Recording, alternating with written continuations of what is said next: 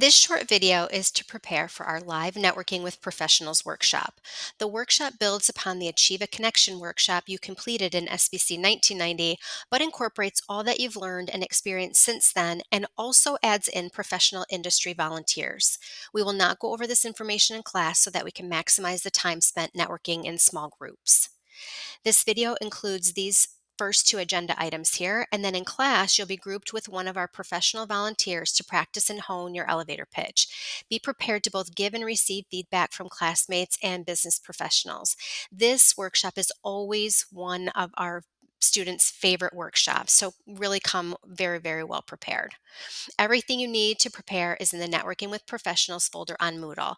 Please come to class prepared and follow the business casual dress code suggestions to give a great first impression. So think about the places you network today and where you will be networking in the near future. Some networking interactions are formal and some are more informal. Some of these on this list are considered more formal situations, and they might call for professional or business attire, a polished resume, and a prepared elevator pitch to introduce yourself.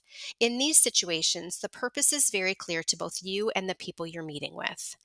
These types of formal interactions might include interviews, career and life design, career fairs and other events, some Achieve events, especially in SBC 3990, some other school business administration events, and some student organization events.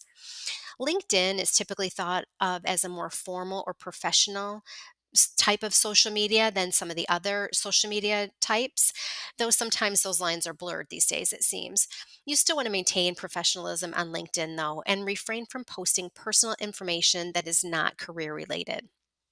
Some informal situations might include SBA meet and greets and some forms of social media. Don't hesitate to reach out on LinkedIn to people you want to connect with. Look up profiles of people at companies you're interested in and send a targeted message to those people that you really want to engage with on LinkedIn. Many times we don't think of interviews as networking situations, but even this formal interaction expands your network. You never know where your next opportunity may come from. Post interview, be sure to always send thank you notes. It could be email form, or you could actually send a note in snail mail to anyone on the hiring committee. And at this time, you can also reach out on LinkedIn and ask to connect. We all network all the time, and sometimes we don't even think about it. Think about the people in your network right now, and then make conscientious choices. So, if you look at these different circles, this personal network that you have, you don't even really have to work at this one. It's just natural. These are the people that are closest to you. At school, everyone on this list is a potential part of your professional network. Focus especially on student organizations, classmates, and faculty. These are great connections and can provide excellent advice. Work at making and maintaining relationships while you're here at OU. I can't even count anymore how many students have had doors opened because of the connections that they made here.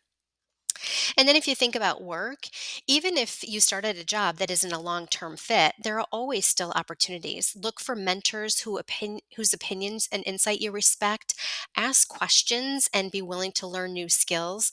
I bet many of you already have stories about how somebody that you know at work or through work, could even be customers, have helped you reach some sort of goal. And then in your social networks, just try to keep it professional. Having a strong network really means being a good communicator, and that mostly means listening and paying attention to nonverbal feedback. Think long term. It's not just about getting a job or an internship or even boasting 500 plus connections on LinkedIn. It's about communicating and building relationships, and it goes both ways. Sometimes you may need help from your network, and sometimes you may be in a position to make connections and help other people. Are you a trustworthy person? Can people count on you? Do you have a work ethic and integrity that people look up to? Those are typical qualities we all look for in our own mentors, leaders, and friends. And so they should be qualities we look to also build in ourselves.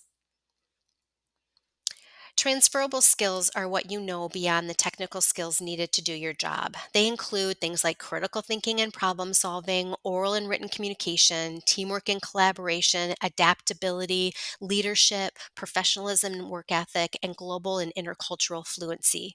These are the 8 core competencies employers look for that we've been focusing on throughout the Achieve program, and it's useful to take the time to assess yourself in these areas. Behavioral interview questions come from these 8 categories as well. And how can you incorporate your top skills along with some of the other things on this list into your elevator pitch? These are important tips for when you're meeting new people. Notice on the left here that many interviewers report that they know who they want to hire within the first 30 seconds of meeting based on body language. Being well prepared will make you more confident, as will understanding social cues for when it's time to speak and when it's time to listen.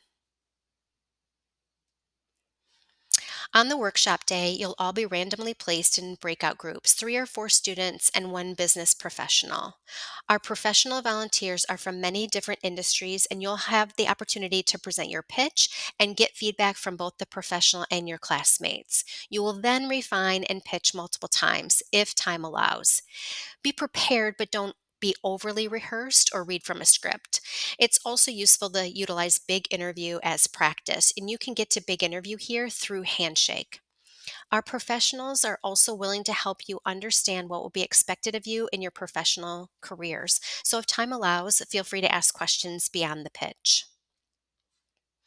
If you're not yet active on Handshake or LinkedIn, we encourage our business students to look into both of these important platforms. Once your resume is finalized, you should plan to post it on Handshake so our OU recruiters have access. Then you should also update your background and skills on LinkedIn and keep them updated. If you're unsure about either of these tools, you can make an appointment with the SBA Career and Life Design Center on Handshake, and they can go into detail with you to make your profile stand out. They also offer free professional headshots in North Foundation Hall. If you're looking for internship or career opportunities, or even if you just want to meet people and expand your networks, attending student organization events, career fairs, and stopping by meet and greet tables are all great ways to grow confidence and find opportunities.